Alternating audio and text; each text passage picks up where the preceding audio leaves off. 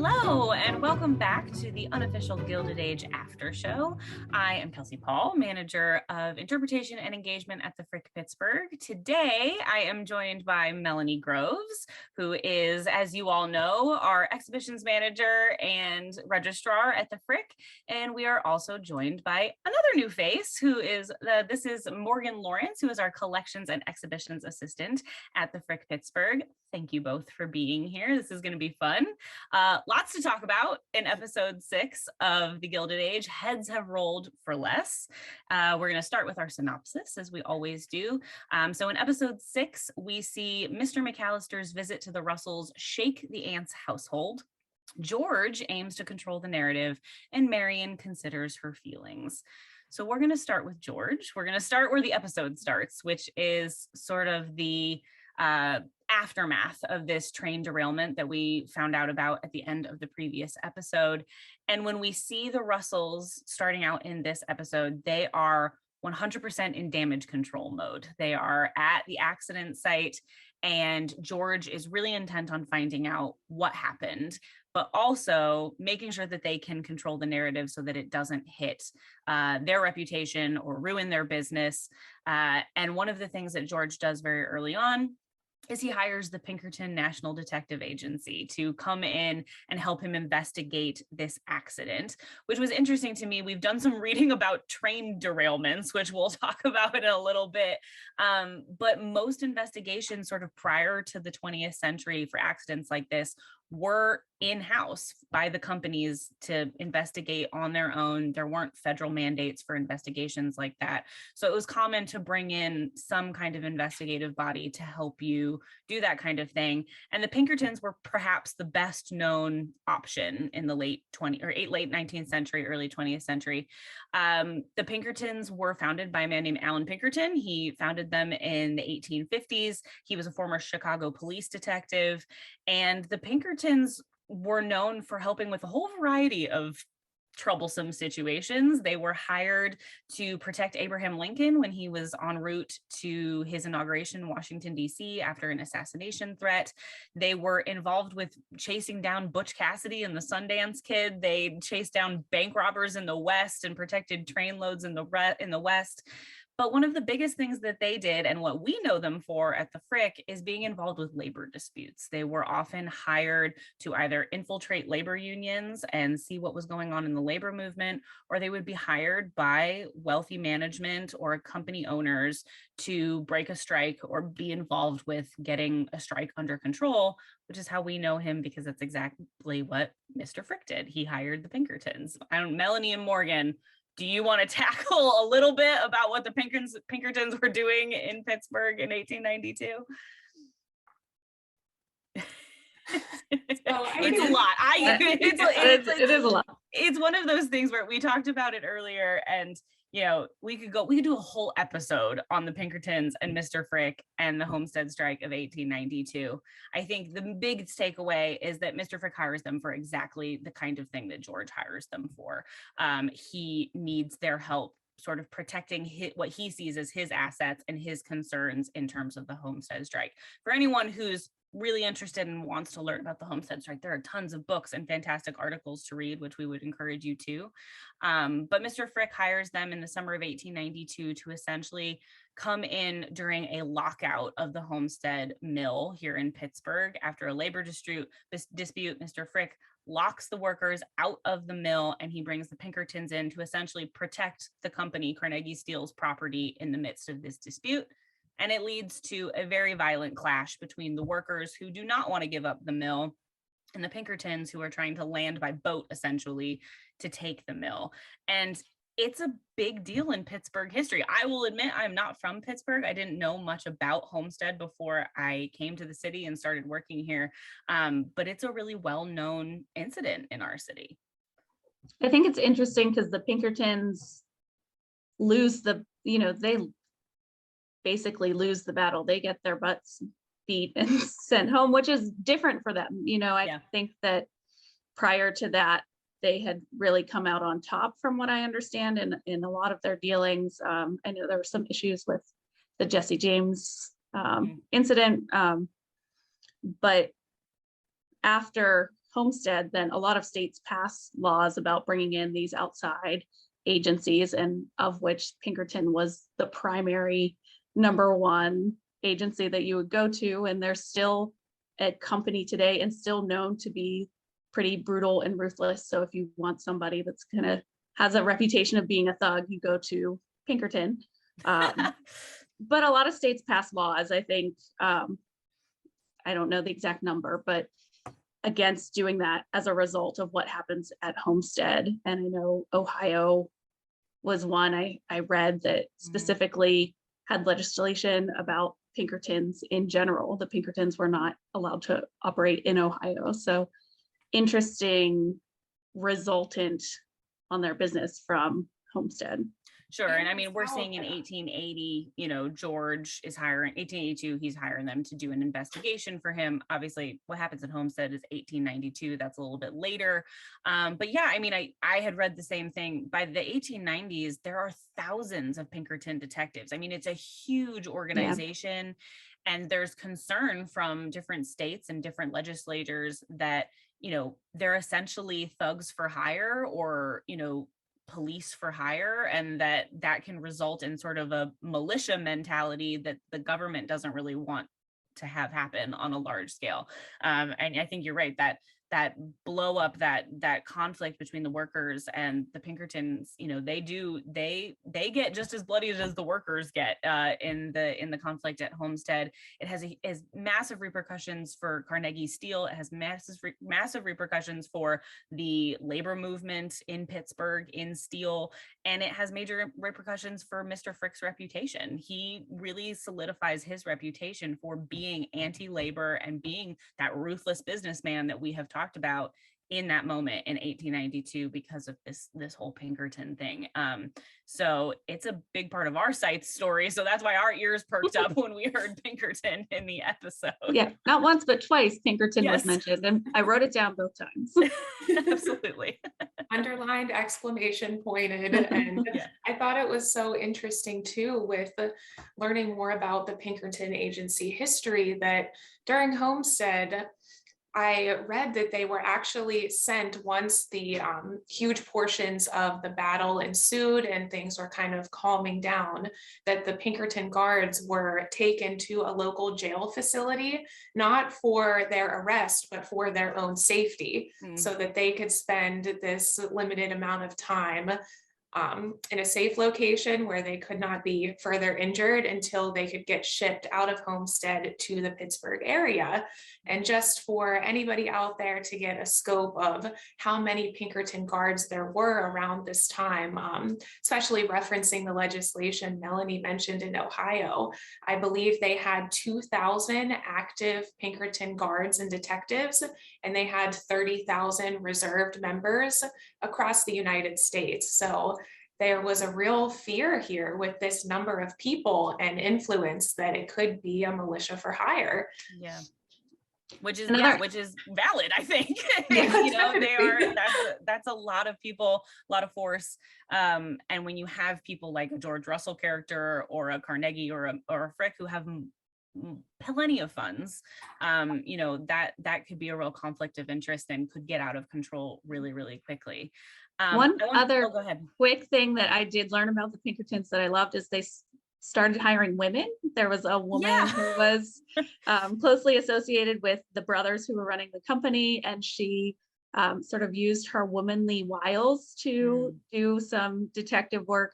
And I thought that was really interesting in context of this show, thinking about how Bertha is working the social scene and George is working the business scene, and how, if you wanted to have a successful detective sort of undercover private eye business, a woman would be such a key asset to know all of those social cues, to be able to go into different parlors and talk to the women and suss different things out. I thought that was so fascinating. Yeah. And they were so smart for doing that. Yeah. We'll give them credit for that. But, the other conversation that we felt like was so prominent throughout the episode is this idea of who is to blame. And we see that in a couple of different places. One, we see that with this interaction with Mrs. Morris, with Bertha. They have this sort of head-to-head confrontation at another Red Cross event, where it's very clear that Mrs. Morris believes that the Russells are to blame for her husband's death. She considers them murderers. So there's that aspect of it. But then, of course, there's this larger aspect of who's to blame within the context of the train derailment. And we see for the first time, I think, George start to get a little nervous. His confidence is just a little shaken, because he realizes what it could mean if he is blamed for these deaths and for this accident.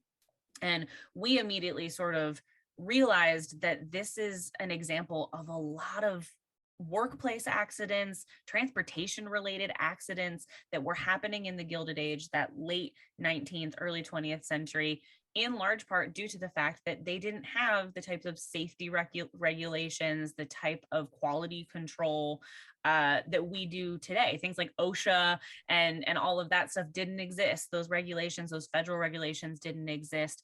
And so workplace deaths were very common. I did some reading on train derailments in the 19th century. We're talking tens of thousands of incidents, whether it's collisions or derailments, very high casualties for citizens, people who are riding the trains, but very even higher rates of death for workers, people who are working on the railroad, on the trains, costing a lot of people's lives. And that was something that I think was a nightmare for management of these companies, which, as we see with George Russell. And there's this sort of existential question of who is to blame. Is it George Russell because he is the one in charge on top? Or is it this person that he eventually finds who was the person who put in the faulty axles in the first place? And I don't know that that's necessarily an easy question to answer, really. It's definitely a weird question. And as I was reading about these railroad incidents, a couple articles mentioned that as newspapers started to expand in number and as the population increased, as railroad lines increased, all of these facets kind of accumulated into the shifting of blame to railroad management. And especially with the shifting of newspaper headlines, it was very common and frequent to see a railroad accident being in your local newspaper ad, but how the wording shifted to placing blame specifically on the company versus an individual person, or just using the term management. It was a real fear and could completely sink a company, as George Russell fears in the episode. And there was one quote that I found from a headline. I believe it was from the New York Times, actually. And it was basically stating numbers and placing the blame on the railroad company itself. And it said, who was the murderer? I saw that, headline, who was the murderer? Yeah. So those are the kind of extreme headlines and wordage that immediately catches your attention and makes you think, oh my goodness, who is the murderer? Who is at fault here? Like, we're in a game of Clue, but this is real life and people's lives are being lost in really tragic, frequent ways. Yeah, absolutely. So it makes sense that George and Bertha right away want to get control of the publicity around the accident. They want to immediately find someone that they can shift the blame to. Obviously, we see that backfire just a little bit. It's going to be interesting to see how that plays out, because the person that they're trying to blame is turning the blame right back around on George. But yeah, I mean, the press surrounding accidents like this was huge, and that is how people were getting their news back then. But it's not until the 20th century. I don't think it's until 1910 that Congress authorizes federal investigations of accidents like this, because, as I said, these companies would do internal investigations like George does. He wants to find out who is to blame, but they wouldn't often make their results public unless it suited them. And so the public wasn't always finding out exactly what was causing these losses of life. And so it's not until 1910 that the federal government steps in and says, the federal government is going to do investigations of these things, and we're going to be transparent with what the results are. And that's when, public fervor really builds up for things like safety regulations, better lighting, better, communication between trains, all of those things, because it was deadly. You getting on a train, you were taking your own life into your hands, I think. But we see the conversation happening in the Van Ryn household too. They're all reading the papers, and Agnes is very clearly saying, it all stops with George Russell. He's to blame. He's top of the company. Right. And Marion is kind of questioning that. He didn't build the train himself. He wasn't there. So talking about who's responsible was interesting in the context of the episode. And when you talk about 1910, and you talk about sort of labor accidents, I always think of the Triangle Shirtwaist Factory fire, which occurred in 1911. So I'm sure that's either fortuitous that law was passed right around that time, or could have been the impetus to pass that law. Well, and we often see that throughout history. There's, there'll be a really tragic incident that leads to change, like safety regulations and changing things. The Shirtwaist Fire is a perfect example of that. Safety regulations, building codes, all of those things that weren't in place before that. Unfortunately, as human beings, it takes us a tragic thing to sort of wake us up and realize we have to do something to keep each other safe. And so I think that's the same thing for train accidents, same thing for factory accidents. Steel mills were horribly dangerous places to live. I had read some statistics in Pittsburgh. 1/5 of all adult men in Pittsburgh died in accidents in the 19th century in this period. And of those accidental deaths, 2/5 were in steel, iron, railroads, and coal industries. So it's a huge percentage of people who are walking into work every day and dealing with these really dangerous situations. And I think this question of who is to blame, it's going to be interesting to see how that plays out for George now that he has found the person that he wants to blame, but that person is saying that George signed off on the order. So it's going to be interesting to see how that plays out. And we mentioned too that we see for the first time the partnership between Bertha and George crack a little bit as a result of this incident with the train. They are still a united front, but their concerns are coming from different places. George is very concerned about the company and his reputation and stock prices, whereas Bertha is more concerned about how this bad publicity is going to potentially affect the progress that she has made on the society front, particularly after she finds out that Ward McAllister wants to come to lunch. I love that he basically invites himself to lunch. She wants him there, but he essentially says, invite me to lunch. I want to come see your house. So we want to talk about the luncheon. The luncheon is one of the biggest parts of the episode. And we wanted to start with Bannister because Bannister is so sort of front and center in this thing that happens with Agnes at the luncheon.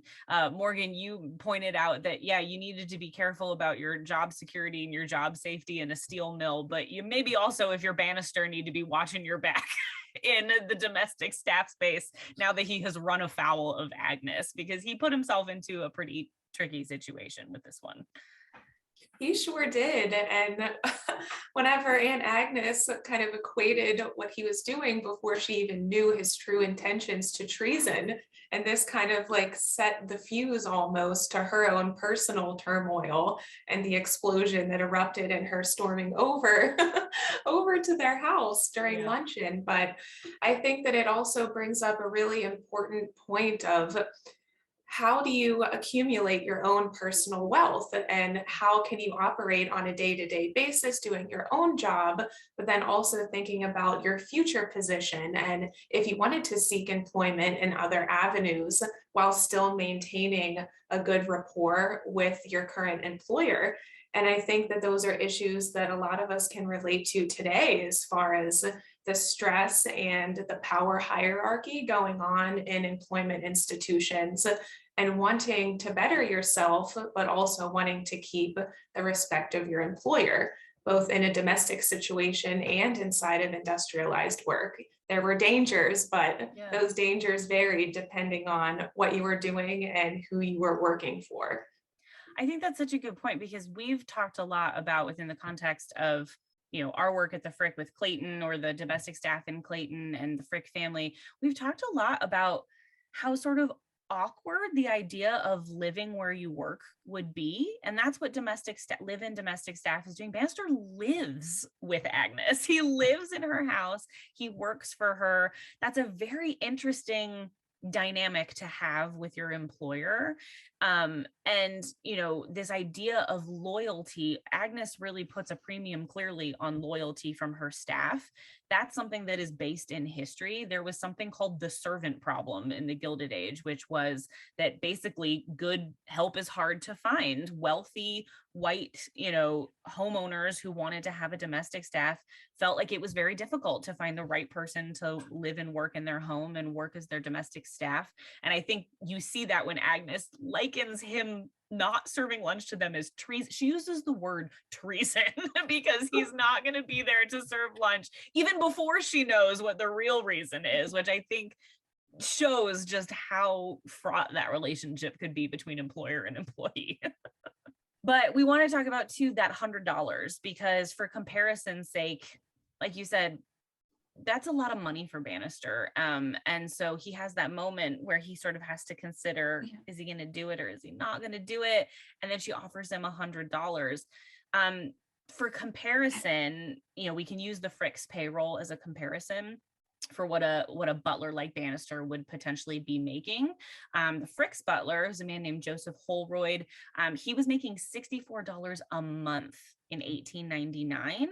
That goes up in 1902 to $80 a month. And then after the Fricks moved to New York and they build what becomes the Frick collection, they're paying their butler $90 a month. So Bannister is getting offered $100 for not even a full day's work. That's absolutely more than he's making in a month. And so I think when you put that in that context, you see why he jumps at it once that money is on the table, because it's too good of an opportunity for him to pass up in a lot of ways. Listen, I don't make $100 in 3 hours in today's money. So I totally understand. He's taking that $100. He's going to run. He also, I think, to be needed and to feel like he can walk over to that household and be at Bertha's service and sort of listen. We see him showing up church. He does not mind whatsoever putting church in line with the footmen and sort of inspecting everyone. That little bit of power. The show is all about power too, and having that little bit of power certainly elevates his feeling and his status just between him and church, and sort of examining the traditions, which tradition is better. Oh, you know, Ward McAllister wants the English tradition, and I know the English tradition. Right. Just fascinating to watch it all play out. But it's a specific skill set that only he has in that moment. And so he's able to bankroll that. Essentially, he has a very specific skill set that Bertha wants. She's willing to pay for it. And so he takes that as an opportunity that he can't resist. I'm glad you brought up the livery. Let's talk about the livery a little bit. Because, of course, when Ward McAllister finally does arrive, one of the first comments he makes is about the livery that the Russell footmen are wearing. And he makes it clear that he thinks it's a little much, but it caused us, I know, Melanie, you have gone in a deep dive into livery. So tell us what you know about livery. I have been struggling with the livery for the whole run of the show, just thinking, is this realistic? It looks so ridiculous to us. To the modern eye, it is obscene. And I just have not been able to get over the fact that people are like walking down the street, passing this. Nobody's taking issue with it. And so I have been looking for, like, there must be political cartoons satirizing what these people are wearing, because there was. I mean, we see the contrast in the Van Ryn household where Jack the footman is wearing a very tasteful black suit. Things are much more subdued there, as opposed to these footmen wearing royal court livery brought over from Europe. Ward McAllister is kind of a proponent of that. He had studied in Europe. He was an expert in sauces and wines and had spent time there. And I think he really encouraged Carolyn Astor to uniform her footmen in this way. And I found some descriptions of the Astor footman uniforms, a couple of different ones. And I don't know, Bertha's got 2 uniforms, so maybe these are both accurate, but one said that the Astor staff wore dark blue with gold piping, not dissimilar to Queen Victoria's palace staff. Ooh. And I also read green plush coats, white knee breeches, black silk stockings, gold buckles, a red whipcord vest with brass buttons over the top. So it was interesting to go back and see, okay, yes, this is accurate. It seems so out of place and so weird. And then I read a little bit more, I guess, sort of around the turn of the century. I was also surprised to find out that it sticks, because I thought maybe this is a weird 1883 to 1885 situation where people grow out of it. A trend. Yeah. Theodore Roosevelt wants to introduce the same kind of livery at the White House. And in 1906, he's proposed that they introduce the Roosevelt family uniform for staff at the White House to separate, so people would know whether somebody was staff or somebody was a visitor at the White House, to really set it apart and make it very obvious. And people were not having it. There are, people are up in arms about the ostentation of this, the connection to royalty and the monarchy and European traditions. It's so un-American. They cannot believe that he wants to pursue this, and actually did finally find that satirical cartoon in Puck magazine 1906 showing Roosevelt busting through the door, back on the job, and the butler or the footman there waiting for him in his stars and stripes. This is not that's not what it actually was going to look like. Official Roosevelt uniform, but the Americanized version for the White House. This is what I was expecting people's reaction to that being, not just that it would be accepted as you came into somebody's house. It just seems so much. And it was. And the fabric, going back to showing off your wealth, the colors of the fabric, the silk and the velvet plush and the brass and the gold buttons and the shoes and everything shine perfectly, makes it very obvious that you can afford to pay somebody $100 to serve your lunch for 3 hours. Absolutely. Well, yeah. And I think what's interesting to think about when you're looking at even the examples of servants' uniforms just in the show, because you do see basically the sliding scale. You have the Van Ryn domestic staff and what they wear on one end, and then you have the court livery, Russell footman all the way on the other end of the spectrum. But servants, like their employers, often had to change their clothes multiple times a day. You had a uniform for the morning that was your day uniform that was a little more casual.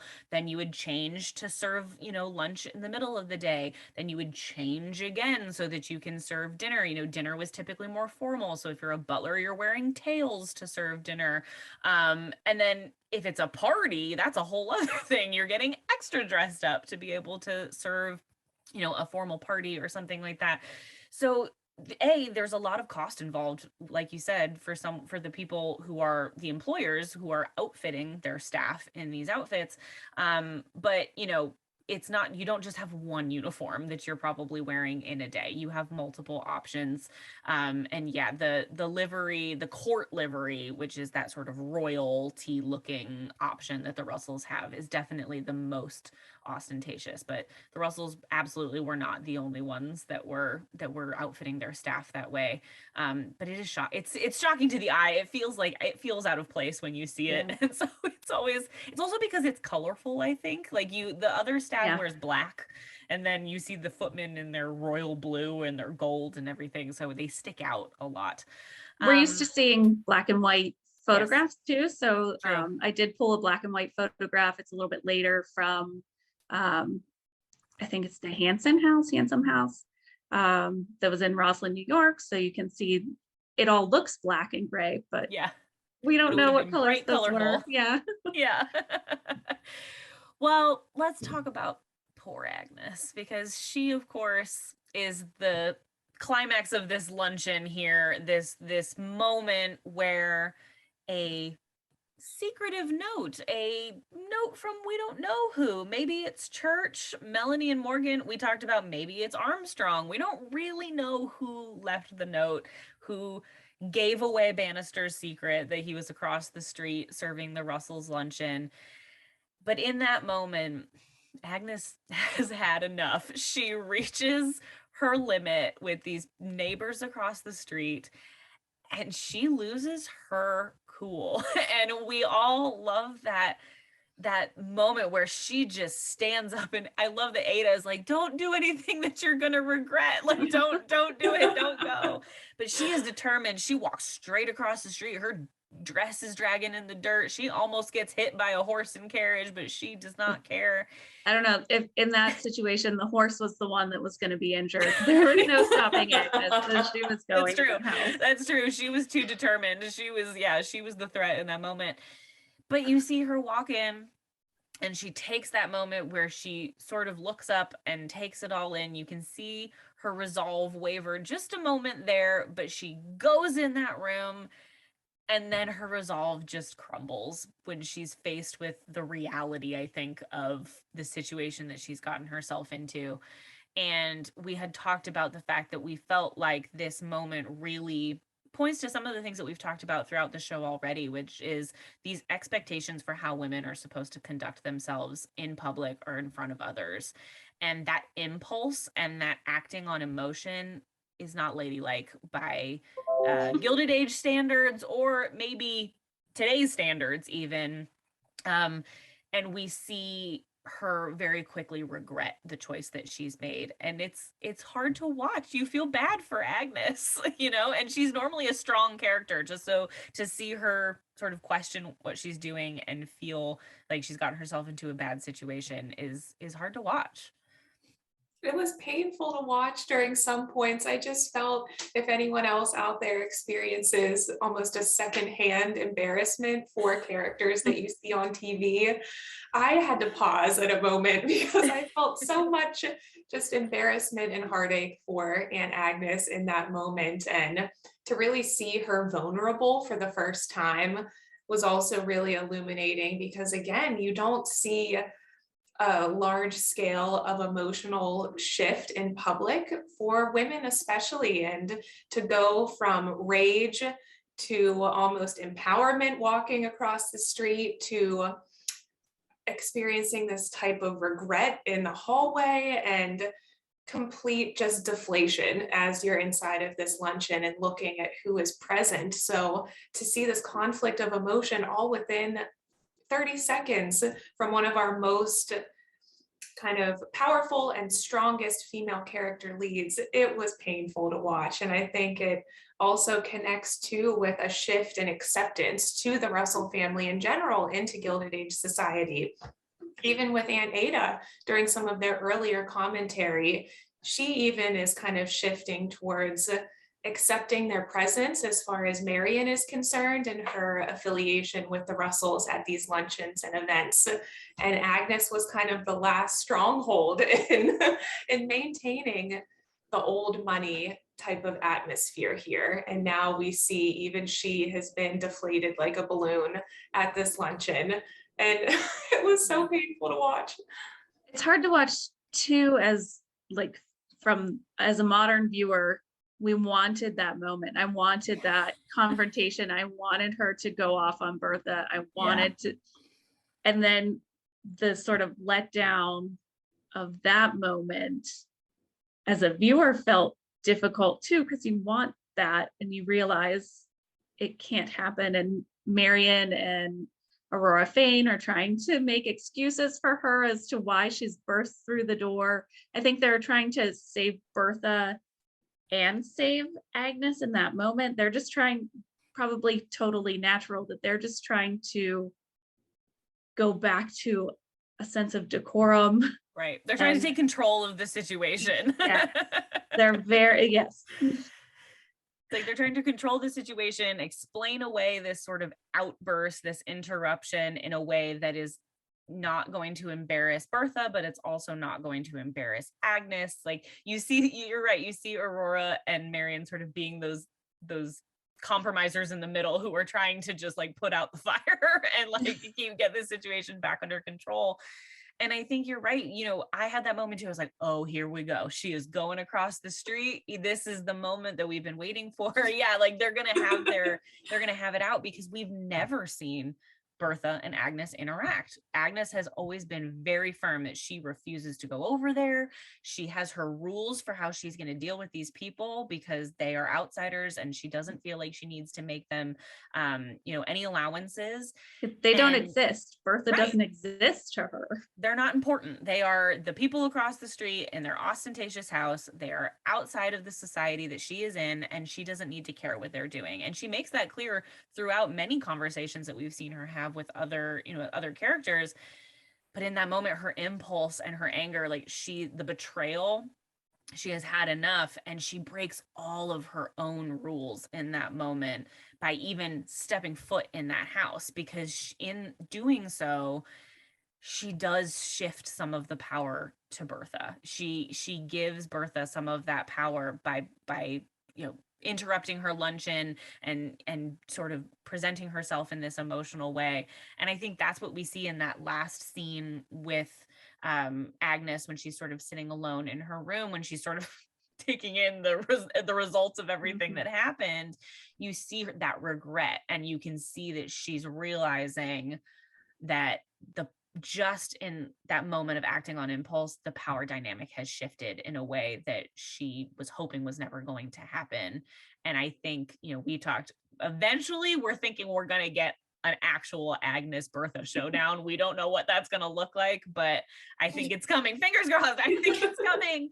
And it's going to be interesting, because the Bertha that Agnes is now dealing with is not the same Bertha that we saw in episode 1. She has made gains. She has made alliances. She has made inroads into that society, and she's a little bit more of a force than she was when they first moved into the house. So it's going to be interesting to see how Agnes navigates that going forward. But another real cringy, awkward interaction for an episode of the Gilded Age. Agnes was upset just at the thought that Bannister was not going to be around to serve them lunch. So the idea that he is not only in another household, is clearly, we know he's gotten a big payday, but I'm sure Agnes realizes that as well. And the thought that he might be crossing the street permanently, I imagine, is there too. Yeah. So that loss of loyalty, she knew Marion was going to be there. She knew the Fanes were going to be there. As she stomped in, she knew Bannister was there. That's why she was going. But this betrayal, these multiple betrayals across the street have rocked her world, I think, in a way that we knew we were going to see. The old and new are crashing together, but I did not expect Agnes stomping across the street over into the household unannounced, no card. But I think your point about Bannister too is an important one, which is, I would not be surprised if after this, other than Agnes's outburst, the luncheon was very successful. Ward McAllister was clearly pleased. He got his bejeweled golded case present thing out of his napkin that he was very excited about. Clearly it went very well. I would not be surprised if Bertha made Bannister an offer to say, hey, I want you to come work for me. I'm planning on having a lot more parties and luncheons and dinners like this, and I need an English butler, which was absolutely the reality for staff in the Gilded Age. You could very easily see your domestic staff get taken away from you by a neighbor or a friend who would lure them away with better funds. Typically domestic staff didn't stay in a position for very long. I think the average tenure for a domestic staff member in one household was 1.5 years. It's not very long. People are moving around a lot. We get the sense, we don't know this for sure, but we get the sense that Bannister's been with the Van Ryns for a very long time, which I think is also why there's this sense of loyalty that Agnes feels. So if he were to decide to go to work with the Russells full time, that would just be just twisting the knife, I think, for Agnes. So it's going to be interesting to see if that happens. I would definitely not be surprised. So I wouldn't be too shocked either. And I think that whenever it comes to this type of servant stealing almost, in the case of Bertha, if she does attempt to take him on permanently, that it's also a very fragile situation for Agnes and Ada too, because these people have worked with you, they live with you day in and day out. In Bannister's case, for years, maybe even decades, we don't know how long he's been employed by them, but they also have an entire arsenal of their employer's secrets too that That's you true. can't. I hadn't thought about that. Yes. So maybe Bertha even has an idea that this man is not only intelligent, he offers the services that I need, but he knows secrets. He has information that can only be gathered from years of living with someone who belongs to old money. So I think that this pot just keeps stirring. Well, we know, right? Turner is Turner came from old money though, and she is coaching Bertha along. Her former mistress passed away, and so that's how she ended up in this household. So Bertha is acquiring a staff, or attempting to, that comes from old money and knows the traditions and knows how to get her what she wants. Absolutely. Yeah, I think that that's a very likely next step, is that Bannister is going to get a job offer. And yeah, that will be very interesting to see how that plays out. And Melanie, you had made a good point, going back to this idea of her offering him $100. You had mentioned, you had read or listened to some, a podcast somewhere, this idea that this new money and just the level of wealth that they have, they're raising the cost of everything in this society. And so this is a perfect example of that. If she's willing to pay Bannister $100 for a luncheon, he's probably looking at that at least his monthly salary if he works over there. And the question becomes then, can Agnes compete with that? And chances are probably not. If she's paying him $65 to $80 a month, which would be on the high end, she's not going to be able to compete with that. And so this idea of the new money coming in and pricing out the old money, that's another level of the reason why the old money is mad about all of this. For sure. Well, let's talk about the doll party. The doll party. Did you bring your dolls? Do you guys have your dolls? Or are you going to bring my doll is napping. She will not be present on this. We should have brought. My doll is in Europe. She couldn't make it. She's vacationing in Europe. Yeah. That's fantastic. We should have brought our dolls for today's episode. We wanted to end on the doll party because I think it's in a lot of ways the most lighthearted portion of the episode in its just ridiculous nature. We immediately all had the same question, which was, is this real? Is this based on fact? Were doll parties a thing that everybody was doing in the Gilded Age and we just had no idea? The short answer is no. Doll parties were not a trend. But there is a little bit of historical fact when it comes to Mamie Fish, who we've met before. We've met her in episode 1. And we talked about her a little bit in episode 1 of the after show. She was quite the character. She was a society woman on level with Mrs. Astor and the Vanderbilts and all of that, but she was known for her slightly unusual parties. And she did, in fact, by all reports, throw a dinner party for dolls one evening where everyone was expected to have a doll as their sort of guest of honor. But the element that is not included in the episode is that Mamie Fish's real doll party also required that all participants speak in baby talk for the duration of the evening, which I feel like this is a case where truth is stranger than fiction. And in honor of that, glad they didn't include that in the show. In honor of that, we'll just finish this episode out in all baby talk, right? Could you imagine? Oh my God, the viewers would be running for the hills if that was the case. but so odd. But I was delighted when I found out that that was a real thing that Maybe Fish did. We thought that might be the case, but it was fantastic when I found confirmation she did it. It was too weird to imagine that this had just come out of Julian Fellowes' mind. And I think we learned about some of the other fantastical fish parties Yes. that have been thrown. The one I loved was everyone was invited to come meet a prince. And then the prince was revealed to be, I think, a chimpanzee in coat and tails when everybody comes. Yes. She threw a birthday party for her dog. Her birthday party for her dog, which I feel like is people do that now. I mean, she was ahead of the curve, but all of the dogs had diamond collars for her dog's birthday party. She had a baby elephant come through at the end of one of her parties. So, I mean, these sound like quite the affairs. These remind me of the social media posts I see of like the Kardashian birthday parties, which are just like crazy over the top. So I guess that idea of having these parties and delighting everybody and showing off how much money you have and how many balloons you can fill up a tent with, that has not necessarily gone away.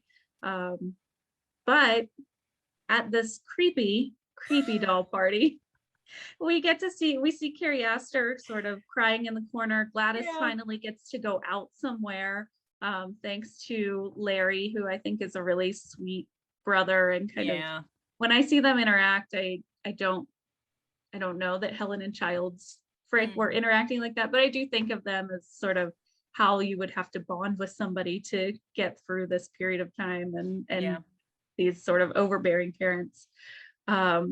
But seeing Gladys and Carrie Astor bonding over their overbearing mothers and their choices for men, I did have to go look and see, was Carrie Astor really going through this sort of heartbreak? And she was. She was, yeah. She had met a guy in the early 1880s that she really was interested and wanted to marry, and her mother said, he's not good enough for you. But eventually she did end up marrying him. His name was Marshall Wilson, and he was part of a family, a crew of brothers who were known as the Marrying Wilsons, who made their way into lots of prominent New York families through marriage. So that was interesting to see. And his sister married a Vanderbilt. So so we're cross-pollinating and connecting all across all of these families.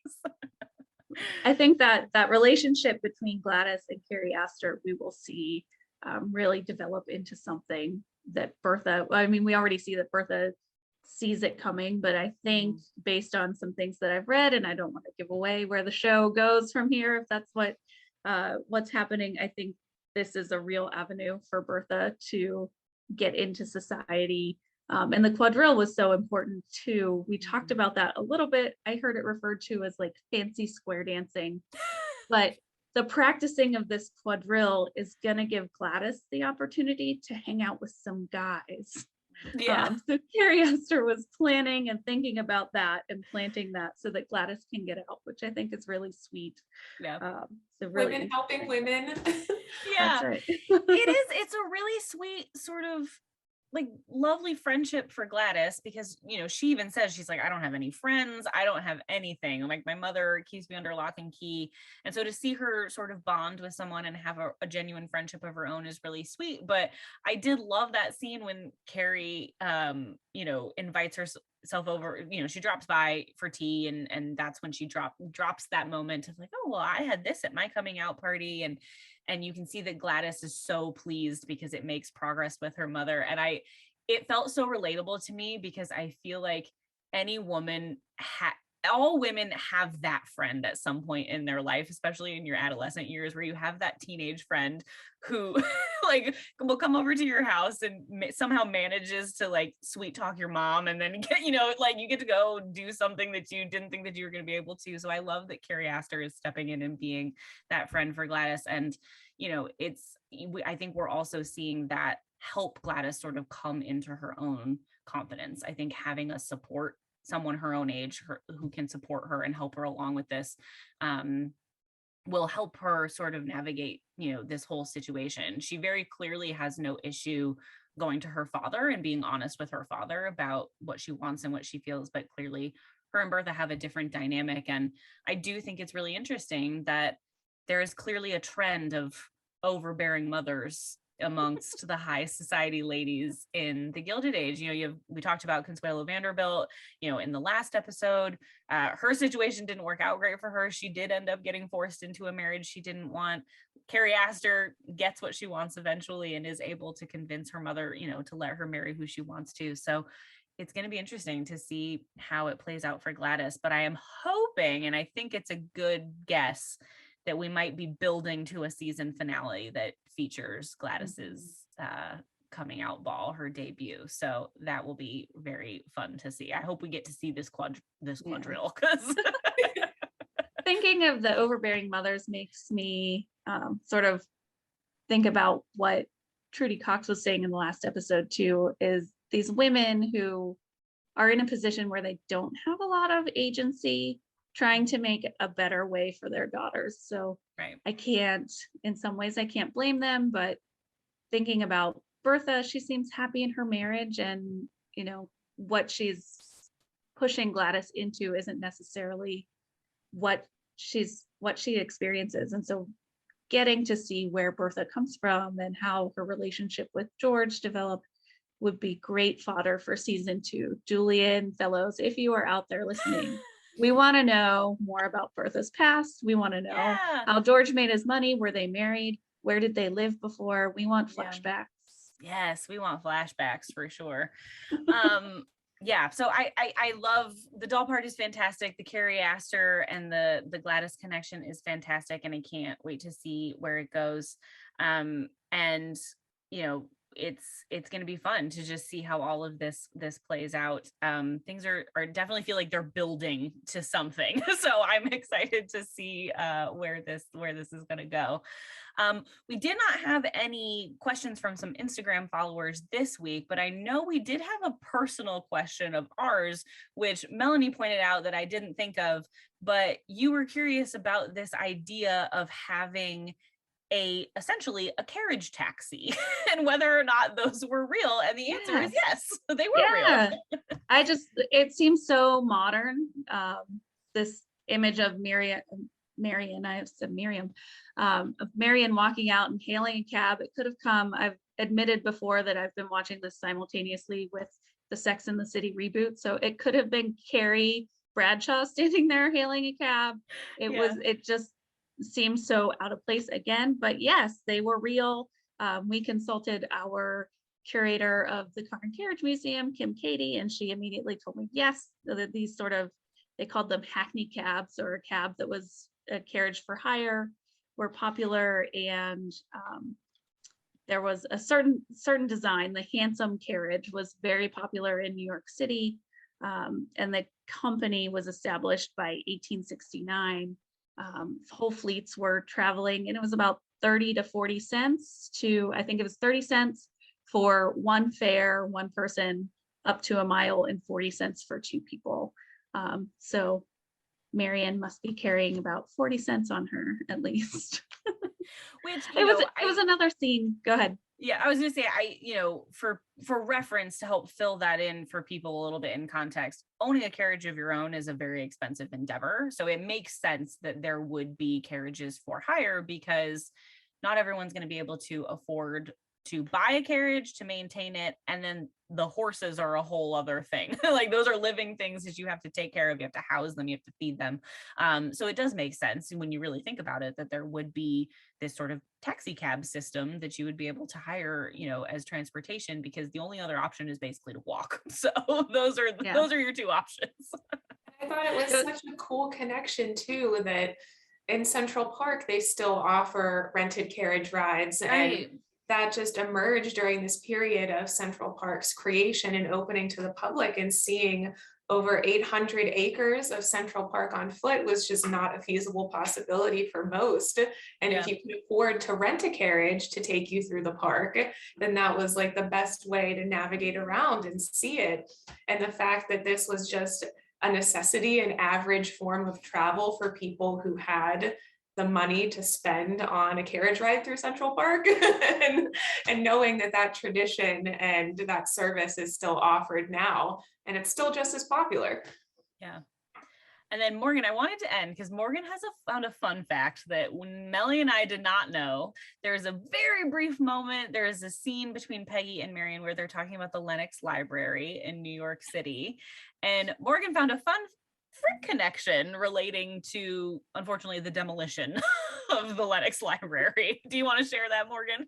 Oh, yeah, of course. So whenever they briefly mentioned the Lenox Library between Peggy and Marion, I just did a quick Google search because something just was poking my memory that I could not remember.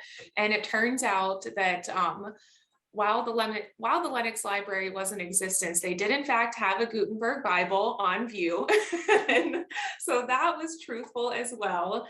And the current Frick collection that resides in New York City stands on the former ground of the Lenox Library. So James Lenox, he was an uber rich man in New York during this period, and he had a huge obsession with books and artwork, and he had this library built, I believe if I'm remembering correctly, on familial land that was given to him, I want to say when his father or an uncle passed away, and they granted him this piece of land where he eventually built the Lenox Library that was open to the public.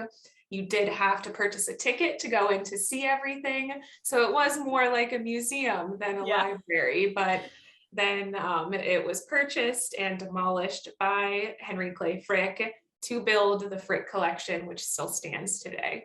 And the Lenox Library, what was the Lenox Library, is essentially the origin of the New York Public Library. So the organization that was the Lenox Library actually merged, I had heard, with the Astor Library. The Astors already also had one. Those two organizations merged and collections merged and became the New York Public Library. So it's a really interesting just connection and sort of origin to things that are now still standing in New York City. And then of course a really fun Frick collection or connection for us, which we wanted to share as sort of a fun fact. Well, I want to thank both of you guys so much for joining me and having a conversation about episode 6. This was super fun. Thank you to all the viewers, of course, who keep tuning in every week for our after show. We are so grateful to all of you who tune in and who comment and who have been watching along with us. It's been super fun. This is the part where I remind you that you can follow us on Instagram at FrickPGH. Of course, if you haven't already, go ahead and hit that subscribe button on our YouTube channel so you don't miss any episodes of the Unofficial Gilded Age After Show. And we will be back next week for episode 7. So thank you so much and thanks for watching.